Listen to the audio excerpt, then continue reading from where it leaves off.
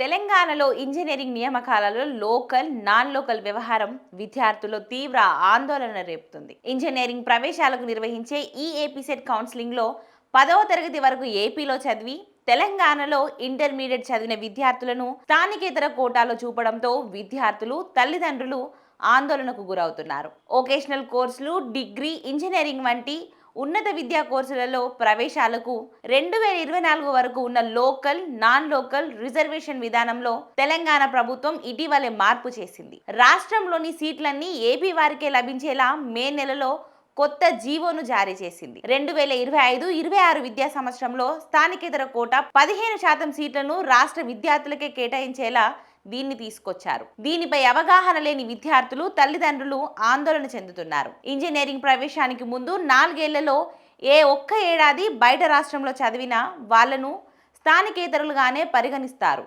గతంలో ఉస్మానియా, శ్రీ వెంకటేశ్వర, ఆంధ్ర విశ్వవిద్యాలయాల రీజియన్లుండగా రాష్ట్ర విభజన జరిగి 10 ఏళ్లు పూర్తయినందున ఉస్మానియా రీజియన్ను తొలగించి కొత్త రిజర్వేషన్ విధానాన్ని తీసుకొచ్చారు. ఉద్యోగ, ఉపాధి కారణాల రీత్యా తల్లిదండ్రులు ఇతర రాష్ట్రాలలో ఉంటున్న ఇద్దరిలో ఎవరైనా ఒకరు గతంలో 10 ఏళ్ల పాటు ఏపీలో నివసించి ఉంటే వీరు స్థానికేతర కోట 15% కింద పోటీ పడొచ్చు. కొంతమంది తల్లిదండ్రులు ఏపీలో ఉంటున్న పిల్లలను తెలంగాణలో ఇంటర్మీడియట్ చదివించారు. ఇప్పుడు వీళ్ళు స్థానికేతర కోటాను పొందాలంటే 10 ఏళ్లు ఏపీలో ఉంటున్నట్లు సర్టిఫికేట్ తీసుకోవాల్సి ఉంటుంది. పిల్లలకు స్థానిక కోటా లభించకపోవడంపై కొందరు తల్లిదండ్రులు, విద్యార్థులు ఆందోళన చెందుతున్నారు. ఈ విషయంలో ప్రభుత్వం స్పందించి విద్యార్థులకు న్యాయం జరిగేలా చూడాలని తల్లిదండ్రులు, విద్యార్థులు కోరుతున్నారు.